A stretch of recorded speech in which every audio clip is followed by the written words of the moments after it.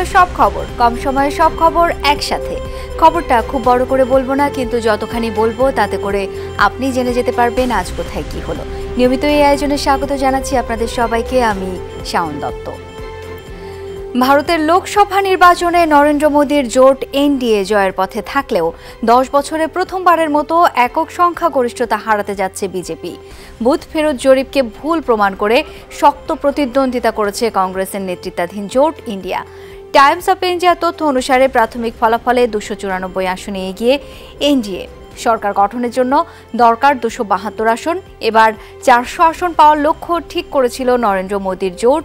Booth ফেরত জরিপেও ইঙ্গিত ছিল 350-র বেশি আসন পাবে তারা। রাহুল গান্ধীর নেতৃত্বে প্রচার চালানো ইন্ডিয়া জোট এখন পর্যন্ত এগিয়ে 232 আসনে। 6 সপ্তাহ ধরে চলা ভোটাভুটির পর মঙ্গলবার স্থানীয় সময় সকাল 8টায় শুরু হয় গণনা। গত 19 এপ্রিল শুরু হয় সবচেয়ে বড় গণতান্ত্রিক দেশের ভোটের মহাযজ্ঞ। 7 ধাপের নির্বাচনের ভোটাভুটি শেষ হয় 1 জুন। লোকসভার 543 আসনের জন্য এবার লড়েছেন 8,360 জন প্রার্থী। দর্শক, বিস্তারিত জানতে এখন কলকাতা থেকে সুকান্ত চট্টোপাধ্যায় আমার সঙ্গে যুক্ত হচ্ছেন। জানবো তার কাছ থেকে। সুকান্ত, ভোট গণনার তো অনেকটা সময় হয়ে গেছে, এখন পর্যন্ত কটি আসনে নিশ্চিত ফলাফল পাওয়া গেল সে সম্পর্কে জানতে চাই। একই সঙ্গে বিজেপি তো একক সংখ্যাগরিষ্ঠতা পাচ্ছে না, সেক্ষেত্রে কেমন সরকার গঠন হতে পারে সেই সম্পর্কেও জানতে চাই।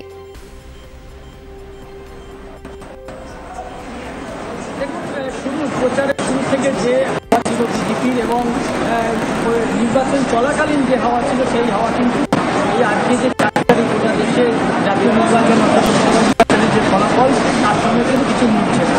অর্থাৎ মোদীর যে 400 আসনের লক্ষ্যমাত্রা ছিল সেটা কিন্তু 300 পার করতে পারছে না। ফলাফলে এখনো পর্যন্ত যে ইন্ডিয়া জোট, যে এনডিএ জোটের হারে নিঃশ্বাস ফেলছে সেটা কিন্তু বিপর্যয়। এবং এই ট্রেন যদি থাকতে পারে, তার কারণ গোটা দেশের রেজাল্ট আস্তে আস্তে কিন্তু মধ্যরাত হয়ে যাবে। সেক্ষেত্রে দাঁড়িয়ে কিন্তু এই যে এখন প্রায় 295টি আসনে এনডিএ এবং ইন্ডিয়া জোটও কিন্তু 218টি আসনে কিন্তু তারা এগিয়ে রয়েছে। স্বাভাবিকভাবে যে বেশ কিছু জায়গায়, যেমন নরেন্দ্র মোদীর যে হারে বারাণসীতে জেতার কথা ছিল, যে লক্ষ্যমাত্রা ছিল, ব্যবধান কিন্তু ক্রমশ কমতে শুরু করেছে। একইভাবে কিন্তু অমিত শাহ গুজরাটে যেমন জিতেছেন, লোকসভার স্পিকার বিজেপির সাংসদ রাজস্থান থেকে তিনি কিন্তু জয়ী হয়েছেন, কিন্তু তেমনি পশ্চিমবঙ্গে যে কেন্দ্রীয় প্রতিমন্ত্রী, স্বরাষ্ট্র প্রতিমন্ত্রী, তার কিন্তু একটা হারের দিকে তিনি পরাজিতর পথে হচ্ছেন, সেটা কিন্তু পরিষ্কার। পাশাপাশি যে বাহুবলী নেতা বিজেপি পশ্চিমবঙ্গের অর্জুন সিং, তিনিও কিন্তু পরাজিত হয়েছেন। বিজেপির এই হার এবং পশ্চিমবঙ্গে এসে কিন্তু ব্যাপক ধাক্কা খাওয়াটা কিন্তু বিজেপির কাছে কিন্তু একটা বড় চ্যালেঞ্জ। কারণ প্রধানমন্ত্রী নরেন্দ্র মোদী থেকে শুরু করে অমিত শাহ, জেপি নাড্ডা, এরা কিন্তু প্রায় শতাধিক সভা করেছেন এই পশ্চিমবঙ্গে। ব্যাপক সংখ্যক অর্থাৎ 30টি আসন তারা প্রচার করেন, কিন্তু সেই 30টি আসন কিন্তু চলে গেল তৃণমূলের দখলে। প্রায় তাদের হাতে কিন্তু আজ প্রায় 10-12টার মতো আসন রয়েছে। এবং সবথেকে উল্লেখযোগ্য বিষয় যে কংগ্রেসের আসন ছিল এবং তিনি লোকসভার বিরোধী দলনেতা ছিলেন, তিনিও কিন্তু অধীর চৌধুরী তার আসন হারাতে বসেছেন। স্বাভাবিকভাবেই এই যে দেশের রেজাল্ট যে হওয়া উচিত ছিল তার সাথে কিন্তু জরিপের হিসেব কিন্তু সমস্ত বিপরীত দিকে চলে গেছে। এখন সামনে যে সরকার গঠন হবে, সেই সরকার গঠন করতে গেলে যে এনডিএ জোটের যে সংখ্যা দরকার, তার সঙ্গে কিন্তু যে অর্থাৎ ইন্ডিয়া জোটের যে সংখ্যা রয়েছে জয়ের পথে, সেই সংখ্যার ব্যবধান কিন্তু খুবই সামান্য। সুতরাং এই যে সাংসদ কেনা বেচার একটা ব্যাপার রয়েছে, সমর্থনের ব্যাপার রয়েছে, সেক্ষেত্রে দাঁড়িয়ে কিন্তু বিজেপি সরকার গড়া এই দেশের ক্ষেত্রে কিন্তু অনিশ্চিত হয়ে পড়বে। তার মানে সুকান্ত, মোটামুটি মধ্যরাত পর্যন্ত আমাদের অপেক্ষা করতে হবে পুরো ফলাফল জানার জন্য। অনেক ধন্যবাদ আপনাকে। নরেন্দ্র মোদীর নিরঙ্কুশ বিজয় নিয়ে অনিশ্চয়তার প্রভাব পড়েছে ভারতের শেয়ার বাজারে। 8% দরপতন হয়েছে দেশটির স্টক মার্কেটে, যা গত 4 বছরের মধ্যে রেকর্ড। ভারতের লোকসভা নির্বাচনের ফল ঘোষণার দিন সকাল থেকেই ধস নামতে শুরু করে শেয়ার বাজারে। একদিনেই সূচক কমেছে 4000 পয়েন্টের বেশি। ভোটের ফলাফলে কংগ্রেস নেতৃত্বাধীন ইন্ডিয়া জোট ব্যাপক প্রতিদ্বন্দ্বিতা গড়ে তোলায় বোম্বে স্টক এক্সচেঞ্জ সেন্সেক্স ও ন্যাশনাল স্টক এক্সচেঞ্জ নিফটি দুটিতেই হয়েছে দরপতন। করোনা মহামারীর পর এটি দেশের শেয়ার বাজারে সবচেয়ে বড় পতন। এর আগে বুথ ফেরত জরিপে মোদির দলের বড় বিজয়ের আভাস দেবার পর বেড়েছিল সূচক।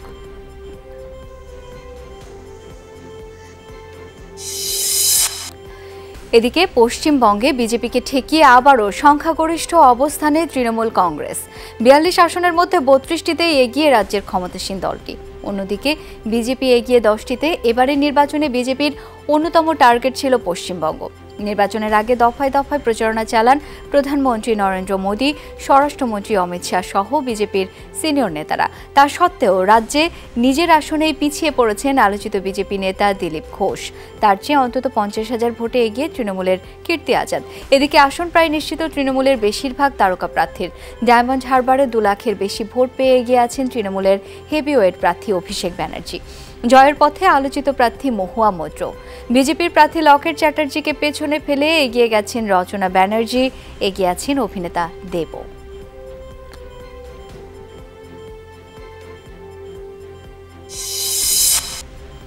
ভারতের লোকসভা নির্বাচনের সুবিধা করতে পারেনি আম আদমি পার্টি। দিল্লিতে 7 আসনের 7টিতেই এগিয়ে বিজেপি। ইন্ডিয়া জোটের হয়ে দিল্লিতে 4টি আসনে লড়েছে আম আদমি পার্টি, বাকি 3 আসনে কংগ্রেস। পাঞ্জাবেও 13 আসনের মাত্র 3টিতে এগিয়ে এএপি প্রার্থীরা। রাজধানীতে ফিকে দশা দলটির কার্যালয়ে বিমর্ষ কর্মীরা। অবশ্য চূড়ান্ত ফলাফল না আসা পর্যন্ত আশা ছাড়তে নারাজ দলটির কয়েকজন নেতা। কোনো আসনে এএপি ভালো ফলাফলের পথে বলেও দাবি তাদের। নির্বাচনের ঠিক আগ মুহূর্তে সবচেয়ে বড় ধাক্কা খায় আম আদমি পার্টি। দুর্নীতি মামলায় আটক করা হয় দলীয় প্রধান ও দিল্লির মুখ্যমন্ত্রী অরবিন্দ কেজরিওয়ালকে। নির্বাচনী প্রচারণার লক্ষ্যে কয়েকদিনের জন্য জামিন পেলেও ভোট শেষে তাকে আবার নেওয়া হয় জেলে।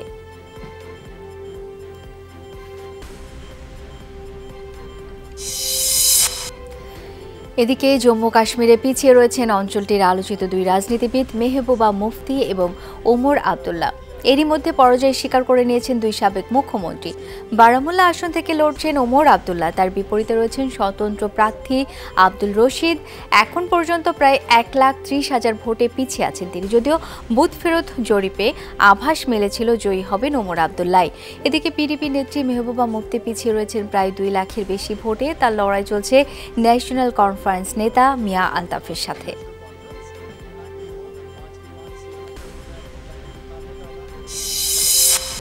এমপি আনার হত্যায় জড়িত সিয়াম নেপালে গ্রেপ্তার আছে বলে মৌখিকভাবে জানিয়েছে দেশটির পুলিশ।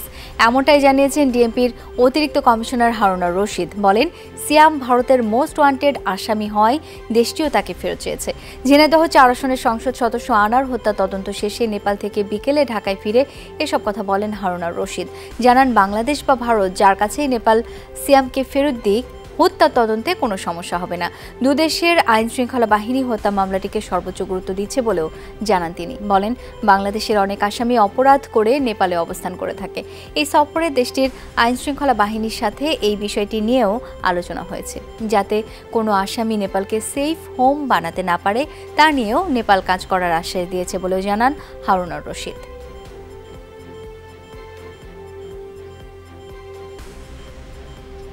কাঠমান্ডু কর্তৃপক্ষ যদি, যেহেতু তাদের সাথে ইন্ডিয়ার সাথে একটা তাদের এক্সট্রাডিশন ট্রিটি রয়েছে, যদি তারা সেই হিসাবে যদি তারা তাদেরকেও দিয়ে দেয় অথবা আমাদেরকেও দিয়ে দেয়, সেক্ষেত্রে বাংলাদেশ এবং ইন্ডিয়ার তদন্ত করার ক্ষেত্রে কোনো সমস্যা হবে না।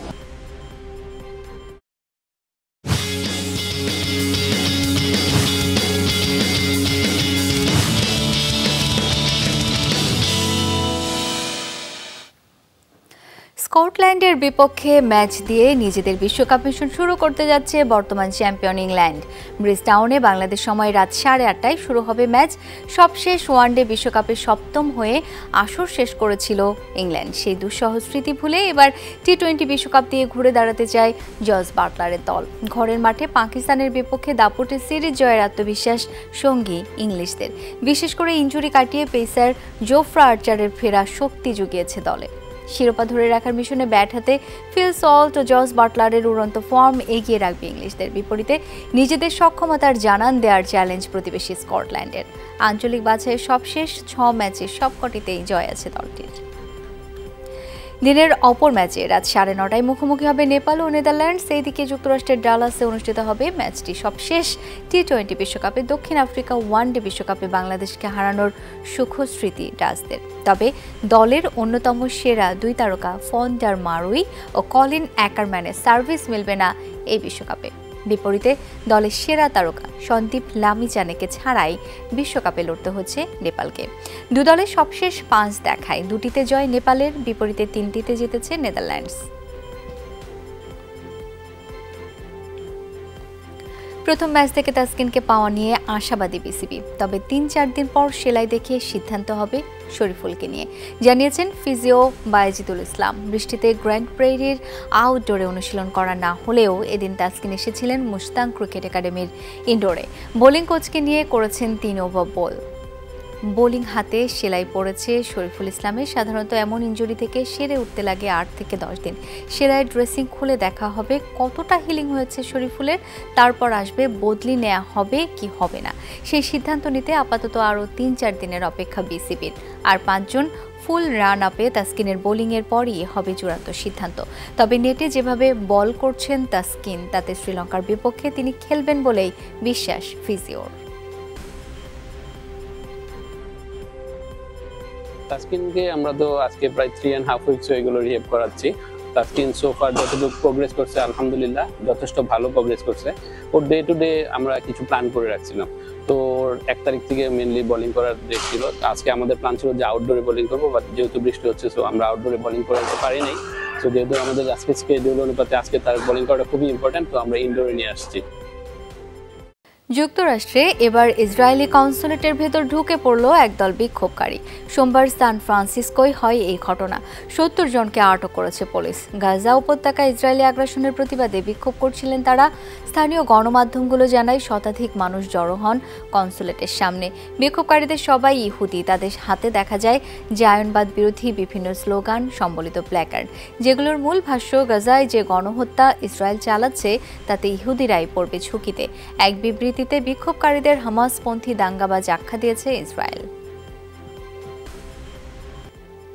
তথ্য প্রযুক্তির শিক্ষা স্কুল কলেজ পর্যায়ে বিস্তৃত করেছে সরকার। 2041 সালে হবে স্মার্ট বাংলাদেশ। আজকে যারা শিশু তারাই হবে 2041-এর কর্ণধার। একথা বলেছেন প্রধানমন্ত্রী শেখ হাসিনা। দুপুরে গণভবনে বঙ্গবন্ধু জন্মবার্ষিকী উপলক্ষে রচনা ও চিত্রাঙ্কন প্রতিযোগিতার পুরস্কার বিতরণী অনুষ্ঠানে এসব কথা বলেন তিনি। প্রধানমন্ত্রী বলেন, সরকারের ধারাবাহিকতা থাকায় শিক্ষার সুযোগ প্রসারিত হয়েছে। নতুন প্রজন্ম যাতে পিছিয়ে না পড়ে সেজন্য তাদেরকে যুগোপযোগী করে গড়ে তোলার চেষ্টা করা হচ্ছে। শেখ হাসিনা বলেন, যত দূরেই থাকেন না কেন ছোট্ট শিশুরা সবসময় তার অন্তরে থাকে। জাতির জনকের 99 থেকে 104তম জন্মবার্ষিকী উপলক্ষে বঙ্গবন্ধু স্মৃতি জাদুঘর 6 বছর ধরে চিত্রাঙ্কন ও রচনা প্রতিযোগিতার আয়োজন করে। সেখান থেকে 304 জন বিজয়ীর হাতে পুরস্কার তুলে দেন প্রধানমন্ত্রী শেখ হাসিনা। 36,000 প্রাইমারি বিদ্যালয়। বিশ্ব এগিয়ে যাচ্ছে প্রযুক্তির যুগে। আমাদের ছেলেমেয়েরা পিছিয়ে থাকবে না, তাদেরকেও সেইভাবে আধুনিক প্রযুক্তি জ্ঞান সম্পন্ন একটা জাতি হিসেবে গড়ে তুলব। আর 41-এর যে স্মার্ট বাংলাদেশ, আজকের যারা তরুণ এবং আজকের যারা শিশু তারাই হবে 41-এর ভবিষ্যৎ কর্ণধার। তোমরাই এই দেশকে স্মার্ট বাংলাদেশ হিসেবে তোমরা এগিয়ে নিয়ে যাবে। এর আগে সকালে চা দিবস উপলক্ষে ওসমানী স্মৃতি মিলনায়তনে আয়োজিত অনুষ্ঠানে যোগ দেন প্রধানমন্ত্রী শেখ হাসিনা। তিনি জানান, দেশের চা শ্রমিকরা আর ভাসমান অবস্থায় থাকবে না, ব্যবস্থা নেবে সরকার। শেখ হাসিনা বলেন, আওয়ামী লীগের উদ্যোগের ফলেই উত্তরবঙ্গে চা বাগান বিস্তৃত হচ্ছে। বলেন, চা শ্রমিকদের আর্থিক সচ্ছলতার পাশাপাশি তাদের নিরাপত্তা নিয়েও কাজ করছে সরকার। তারা যাতে পরিবার নিয়ে স্বচ্ছন্দে থাকতে পারে সেই বিষয়ে সরকার সবসময়ই মনোযোগী। সরকার প্রধান বলেন, পাট পাতার চা, অ্যারোমা টি সহ নানান স্বাদের চায়ের চাহিদা দিন দিন বেড়ে চলেছে বহির্বিশ্বে। তাই এই ধরনের চা উৎপাদনের পাশাপাশি রপ্তানি করার বিষয়েও জোর দিতে হবে। এতে বৈদেশিক মুদ্রা অর্জনের পাশাপাশি চা শিল্প আরও শক্তিশালী হবে বলেও আশা প্রকাশ করেন প্রধানমন্ত্রী।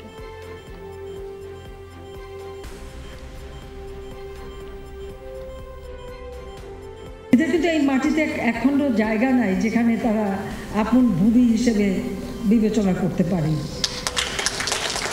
অর্থাৎ তার এখানে কোথাও একটা পা রাখার জায়গা নেই, তার জন্য একটা ফ্লোটিং, ভাসমান। কিন্তু এই ভাসমান থাকবে কেন? আমাদের কোনো নাগরিক ভাসমান থাকবে না। আমরা যেটা সিদ্ধান্ত নিয়েছি, সকল ভূমিহীন গৃহহীন তাদেরকে ঘর করে দিচ্ছি। ইনশাআল্লাহ এই 4 শ্রমিকরাও এরকম ভাসমান থাকবে না। বেনজির আজিজ আওয়ামী লীগের কেউ নয়। আওয়ামী লীগ তাদের পদেও বসায়নি, অপকর্ম করে থাকলে তাদের বিচার করবে সরকার।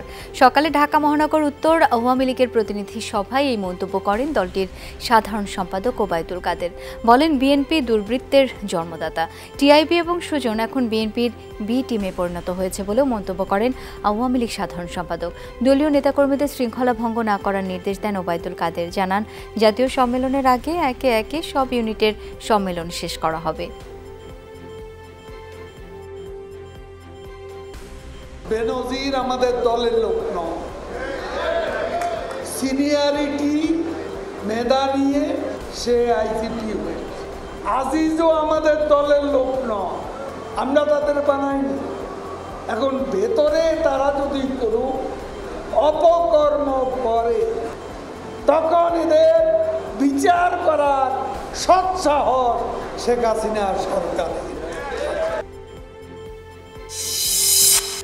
14 দল সাম্প্রদায়িক শক্তি ও দেশি বিদেশি ষড়যন্ত্র মোকাবেলায় সম্মিলিতভাবে কাজ করে যাবে বলে জানিয়েছেন 14 দলের সমন্বয়ক আমির হোসেন আমু।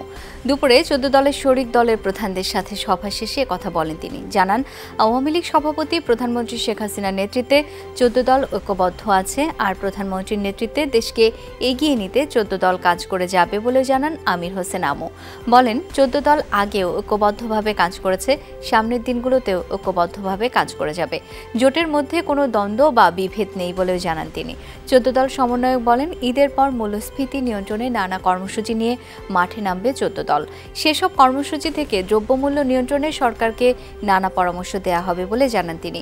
এ সময় সাবেক আইজিপি বেনজির ইস্যুতে বলেন, তার বিরুদ্ধে তদন্ত চলমান আছে, তাই তদন্ত শেষে সরকার আইনানুগ ব্যবস্থা নেবে। সাম্প্রদায়িক শক্তির বিরুদ্ধে আন্তর্জাতিক বলয়ের যে ষড়যন্ত্র, ঐক্যের ষড়যন্ত্র, সেই ষড়যন্ত্রের বিরুদ্ধে 14 দল একটি আদর্শিক জোট। আজকে যে দেশীয় এবং বিদেশি ষড়যন্ত্র, এই ষড়যন্ত্র মোকাবেলা করার জন্য 14 দল ঐক্যবদ্ধভাবে শেখ হাসিনার নেতৃত্বে আছে, থাকবে এবং ঐক্যবদ্ধভাবেই মোকাবেলা করবে। বিচার বিভাগ কিংবা অন্যান্য সরকারি সংস্থাগুলোর উপর সরকারের কোনো প্রভাব নেই বলে জানিয়েছেন পররাষ্ট্রমন্ত্রী ডক্টর হাসান মাহমুদ। বলেন, দুদক সহ প্রতিটি সংস্থায় স্বাধীনভাবে কাজ করে যাচ্ছে। দুপুরে জাতীয় প্রেস ক্লাবে বাংলাদেশ স্বাধীনতা পরিষদের আলোচনা সভায় এসব কথা বলেন পররাষ্ট্রমন্ত্রী। তিনি বলেন, দেশের কিছু সংখ্যক নামধারী বুদ্ধিজীবী ও বিএনপি জামাত উদ্দেশ্য প্রণোদিতভাবে দেশের বিরুদ্ধে ষড়যন্ত্রে লিপ্ত। দেশে যে কোনো উন্নয়নে তারা বাধা সৃষ্টি করে বলেও মন্তব্য করেন তিনি। তবে সকল ষড়যন্ত্র সরকার মোকাবেলা করেছে, ভবিষ্যতেও করবে বলে জানান পররাষ্ট্রমন্ত্রী। ক্ষমতায় থাকাকালে হাওয়া ভবন প্রতিষ্ঠা করে দুর্নীতিকে প্রাতিষ্ঠানিক রূপ দিয়েছিল বিএনপি। এখন তারাই দুর্নীতি নিয়ে কথা বলে। আমাদের দেশে আদালত স্বাধীনভাবে কাজ করে এবং আমাদের দেশে দুর্নীতি দমন কমিশনও স্বাধীনভাবে কাজ করে। চোরের মায়ের এখন বড় গলা। দুর্নীতি দুঃশাসনের বরপ্রাপ্ত তারেক রহমানের মহাসচিবেরও এখন বড় গলা। সুতরাং সবাইকে একটু সাবধান হতে হবে। টি-20 বিশ্বকাপের খবর। দাপুটে জয়ে বিশ্বকাপ মিশন শুরু করলো আফগানিস্তান। উগান্ডাকে 125 রানের বড় ব্যবধানে হারিয়েছে তারা। আফগানদের দিয়ে 184 রানের লক্ষ্যে ব্যাট করতে নেমে মাত্র 58 রানে অল আউট হয়েছে উগান্ডা। গায়ানায় টসে হেরে ব্যাট করতে নেমে দারুণ শুরু পায় আফগানিস্তান। 154 রানের উদ্বোধনী জুটি করেন রহমানুল্লাহ গুরবাজ ও ইব্রাহিম জাদরান। 70 রান করা জাদরানকে ফেরান স্পিনার ব্রায়ান মাসাবা। পরের ওভারেই সাজঘরে ফেরেন 76 রান করা আরেক ওপেনার রহমানুল্লাহ গুরবাজ। দারুণ শুরুর পরও শেষ 5 ওভারে মাত্র 27 রান তুলতে সক্ষম হয় আফগানরা। শেষ পর্যন্ত নির্ধারিত ওভারে 5 উইকেট হারিয়ে 183 রানের পুঁজি পায় দলটি। জবাবে ফারুকের পেস তাণ্ডবে মাত্র 18 রানে টপ অর্ডারের 5 উইকেট হারায় উগান্ডা। এরপর নিয়মিত বিরতিতে উইকেট হারিয়ে মাত্র 58 রানে থামে তাদের ইনিংস। সর্বোচ্চ 14 রান আসে রবিনসন ওবোয়ার ব্যাট থেকে। 5 উইকেট শিকার করে ম্যাচ সেরা ফজল হক ফারুকী। হাজার হাজার শ্রমিকের মালয়েশিয়ায় যেতে না পারার ঘটনায় আওয়ামী লীগের 4 জন এমপির নাম এসেছে। এই ঘটনায় তারাই মূলত জড়িত বলে দাবি করেছেন গণ অধিকার পরিষদের সাধারণ সম্পাদক মোহাম্মদ রাশেদ খান। বিকেলে জাতীয় প্রেস ক্লাবে মালয়েশিয়াগামী শ্রমিকদের সাথে প্রতারণার প্রতিবাদে শ্রমিক অধিকার পরিষদের আয়োজিত বিক্ষোভ সমাবেশে এসব কথা বলেন রাশেদ খান। এ সময় তিনি বলেন, 30,000 শ্রমিক মালয়েশিয়া যেতে পারেনি, সরকারের পক্ষ থেকে তাদের কোনো সাহায্যও করা হয়নি। বলেন, শ্রমিকদের কষ্টের টাকা আজিজরা দেশের বাইরে পাচার করছে। সরকারের পক্ষ থেকে বলা হচ্ছে বেনজিরের বাইরে যাওয়ার নিষেধাজ্ঞা নেই, কিন্তু অন্যদের বেলায় বাইরে চিকিৎসা করতে যাওয়ার সময়ও বিমানবন্দরে জিজ্ঞাসাবাদ করা হয়। রাশেদ খান বলেন, সরকার কোনো সেক্টরকে দুর্নীতিমুক্ত করতে পারেনি, বরং গুম খুনের জন্য আজিজ বেনজিরদের তৈরি করেছে।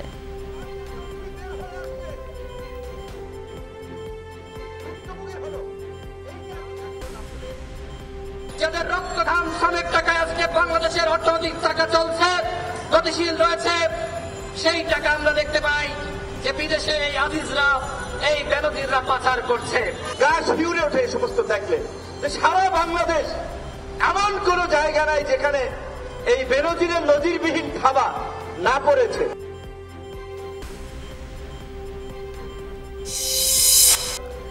ভাড়াটিয়া পরিচয়ে স্বর্ণ হাতিয়ে নেওয়া প্রতারক চক্রের 2 সদস্যকে গ্রেপ্তার করেছে র্যাব।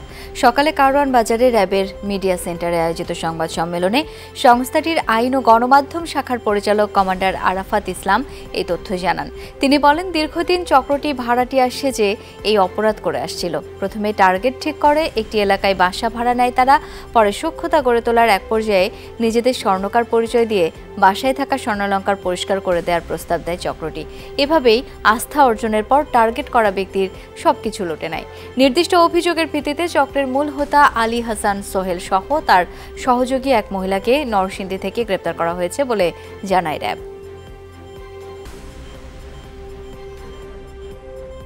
বানরগাতি এলাকার যে বাসায় এই ঘটনাটি ঘটেছিল, সেই ঘটনার সাথে আমাদের গ্রেফতারকৃত যে অপরাধী আছে আলী হাসান সোহেল, সে সরাসরি সম্পৃক্ত ছিল বলে নিজের মুখেই স্বীকার করেছে। 17তম শিক্ষক নিবন্ধনে চূড়ান্তভাবে উত্তীর্ণ হয়েও বয়স জটিলতায় 5ম গণবিজ্ঞপ্তিতে আবেদনের সুযোগ পাচ্ছেন না 739 জন প্রার্থী।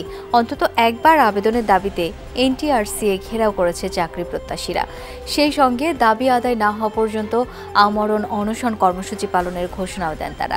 সকালে এনটিআরসিএ ঘেরাও এবং অনশন শুরু করে চাকরি প্রার্থীরা। তাদের দাবি, 17তম শিক্ষক নিবন্ধন পরীক্ষা 2020 সালে হবার কথা থাকলেও পরীক্ষার কার্যক্রম সম্পন্ন করতে 4 বছর লাগে, যার ফলে শিক্ষক নিয়োগে বয়সসীমা পার হয়ে যায়। শিক্ষক নিয়োগের কোনো বিজ্ঞপ্তিতেই আবেদন করতে পারছেন না 739 জন নিবন্ধনধারী। তাদের বক্তব্য, এনটিআরসি এর গড়িমসির কারণে এমন পরিস্থিতি তৈরি হয়েছে। এর দায় এনটিআরসি কোনোভাবেই এড়াতে পারে না। তাই বয়সের শিথিলতা দূর করে আবেদনের সুযোগ নিশ্চিত না করা পর্যন্ত অনশন চলবে বলে জানিয়েছেন 35 ঊর্ধ্ব চাকরি প্রার্থীরা। আমরা সনদ পেয়েছি 2020 সালের 24 সালে এসে 1 লক্ষ মতো পোস্ট খালি আছে, কিন্তু সেখানে আমরা আবেদন করতে পারতেছি না। আমাদেরকে বলতেছি কি আপনারা 35 ঊর্ধ্ব হয়ে গেছেন, এমপি নিতে বলে আমরা পারবেন না। আমরা বলছি আমরা 35 ঊর্ধ্ব কেন হয়েছি? আমাদের বয়সটা যে শেষ হয়ে গেল, এর জন্য দায়ীকে এনটিআরসি তারা যদি একটি করে পরীক্ষা নিত, তাহলে প্রতি বছর একটি করে পরীক্ষা নিল, তাহলে কিন্তু এই সমস্যাটা হইতো না। সরকার তাদেরকে একটি গ্যাজেট দিয়েছে, আপনারা প্রতি বছর একটা করে পরীক্ষা নিয়ে নেবেন, কিন্তু এনটিআরসি তারা একটি করে পরীক্ষা তারা নিতে পারে নাই। এই যে নিতে পারলো না, এর জন্য এই শিক্ষকের বিশাল একটা ঘাটতি দেখা দিয়েছে। আবেদন সুযোগ চাই। আজকের দিনের ভিতরে যদি ওনারা আমার দাবি না মেনে না হয়, তাহলে পরবর্তীতে মানে আজকে থেকে আমাদের এখানেই অবস্থান হবে, এখানে অনশন হবে।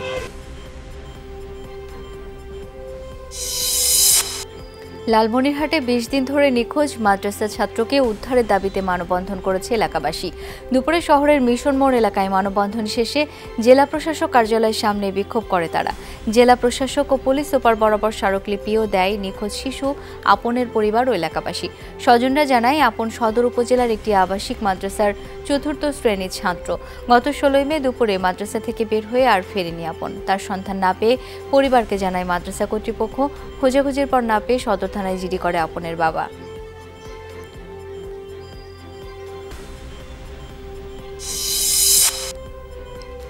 সিলেট নগরীতে প্লাবন পরিস্থিতির কিছুটা উন্নতি হয়েছে। নতুন করে বৃষ্টি না হয় নগরের জলাবদ্ধ এলাকা থেকে পানি নামতে শুরু করেছে, তবে এখনো পানিবন্দী নগরীর বেশ কিছু এলাকা। বাসাবাড়ি থেকে পানি কমায় আশ্রয় কেন্দ্র ছাড়তে শুরু করেছে সাধারণ মানুষ। পানি উন্নয়ন বোর্ড জানিয়েছে সুরমা নদীর সিলেট পয়েন্টের পানি বিপদসীমার 7 সেন্টিমিটার নিচে প্রবাহিত হচ্ছে। সেই সাথে কমেছে কুশিয়ারা, লোভা, সারি এবং ধলাই নদীর পানি। সোমবারও ভারী বৃষ্টিতে নগরীর বেশিরভাগ এলাকা পানিতে তলিয়ে যায়। 17টি আশ্রয় কেন্দ্রে প্রায় 10,000 মানুষ আশ্রিত।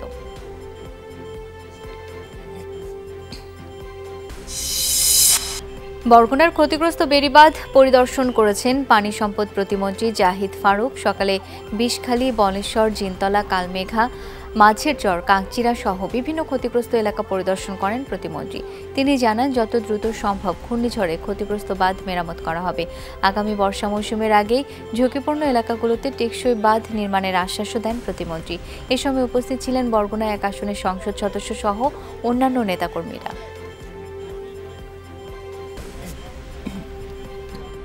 আমরা খুব তড়িৎ গতিতে আমরা আগামী বর্ষা আসার আগেই আমাদের এই ব্যবস্থা নিতে হবে, আর নাহলে আগামী বর্ষাতে আরও ক্ষয়ক্ষতি বাড়বে।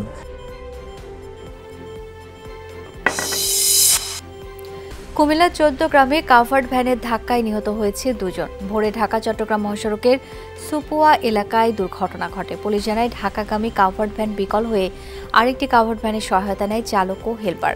রাস্তার একপাশে দাঁড়িয়ে গাড়ি ঠিক করছিল তারা। এ সময় পেছন থেকে আরেকটি কাভার্ড ভ্যান ধাক্কা দেয় সহায়তাকারী গাড়িটিকে।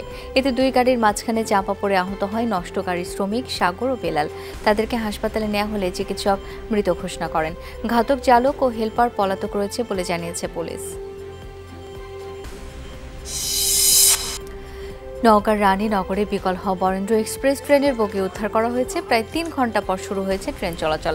ঢাকা, রাজশাহী ও দক্ষিণাঞ্চলের ট্রেনগুলো বিভিন্ন স্টেশনে আটকা পড়া ট্রেন গন্তব্যের উদ্দেশ্যে ছেড়ে যাচ্ছে। এর আগে সকালে উপজেলার বড় বড়িয়া, বিজয়কান্দি এলাকায় চিলাহাটি টু রাজশাহীগামী বরেন্দ্র এক্সপ্রেস ট্রেনের স্ক্যাব ভেঙে ট্রেন বিকল হয়ে পড়ে। এতে বন্ধ হয়ে যায় উত্তরাঞ্চলের সাথে সারা দেশের ট্রেন যোগাযোগ। পরে চিলাহাটি থেকে একটি উদ্ধারকারী দল ঘটনাস্থলে পৌঁছেছে। বিকল ট্রেন মেরামতে ও রেল যোগাযোগ সচল করতে কাজ করেছে রেল কর্তৃপক্ষ। এতে দেখা দিয়েছে শিডিউল বিপর্যয়।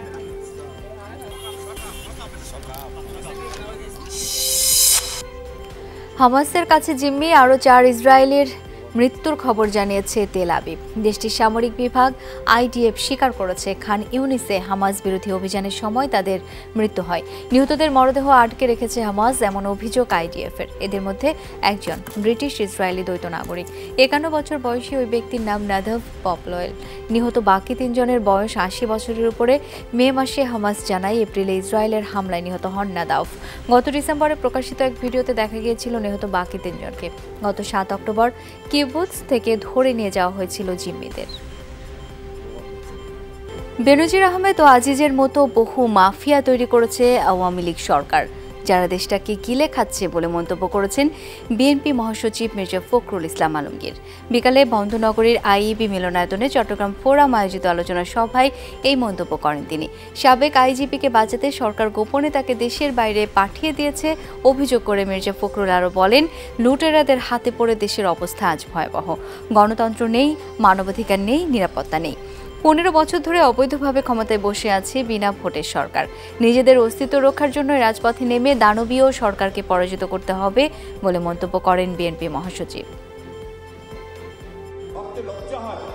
বলতে লজ্জা হয় যে আমার পুলিশ বাহিনীর সাবেক প্রধান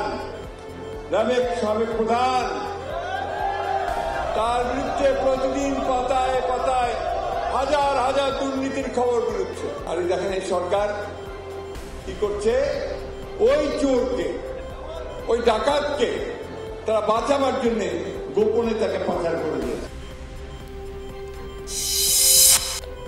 কাল উপজেলা পরিষদ নির্বাচনের 4র্থ ধাপের ভোট গ্রহণ। রিটার্নিং অফিস থেকে ব্যালট বাক্স সহ নির্বাচনী সরঞ্জাম বিতরণ করা হচ্ছে।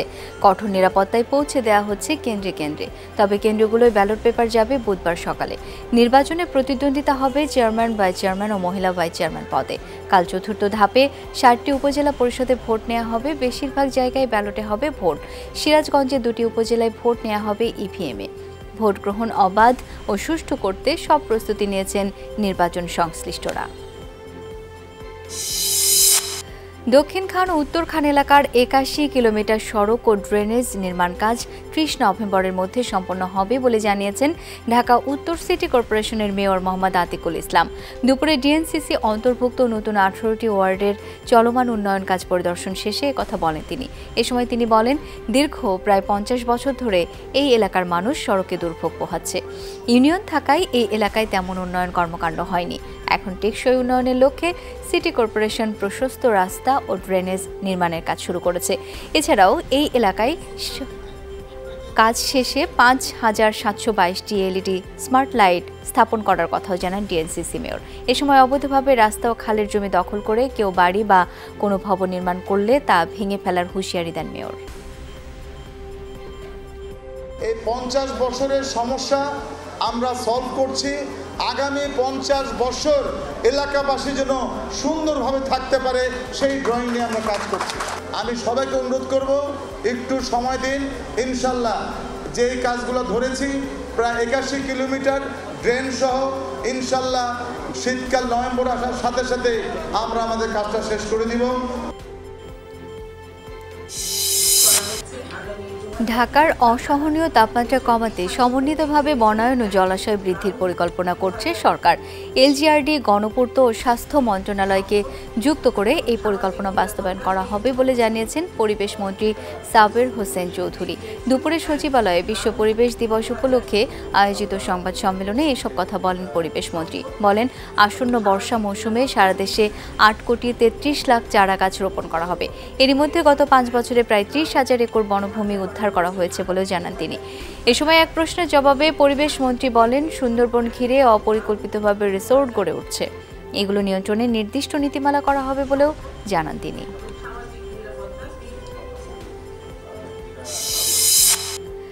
গাজীপুরের কোনাবাড়ি কাশিমপুর আঞ্চলিক সড়ক দ্রুত সংস্কারের দাবিতে মানববন্ধন করেছে এলাকাবাসী ও বিভিন্ন শিল্প কারখানার শ্রমিকরা। দুপুরে মহানগরীর কোনাবাড়ি এলাকায় মানববন্ধন অনুষ্ঠিত হয়। আঞ্চলিক এই সড়কটি গত ১০ বছরেও সংস্কার না হয় কার্পেটিং উঠে তৈরি হয়েছে অসংখ্য ছোট বড় খানাখন্দ। সামান্য বৃষ্টিতেই এসব খানাখন্দ পানিতে ভরে রাস্তা তলিয়ে যায়।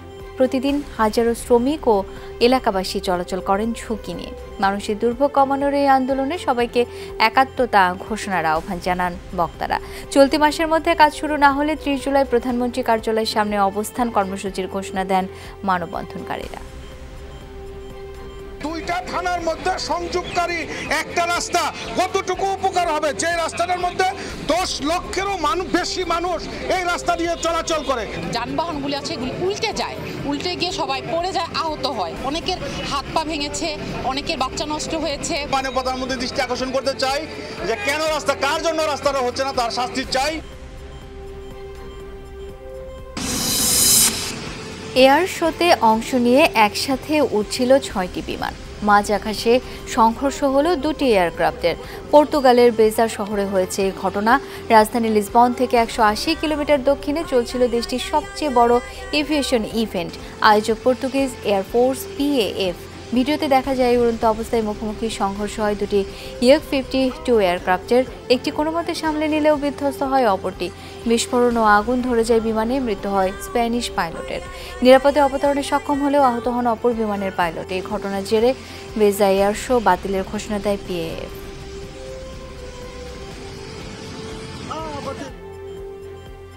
দর্শক, এই ছিল আজকের সব খবরের আয়োজন। এতক্ষণ সাথে থাকার জন্য সবাইকে অসংখ্য ধন্যবাদ।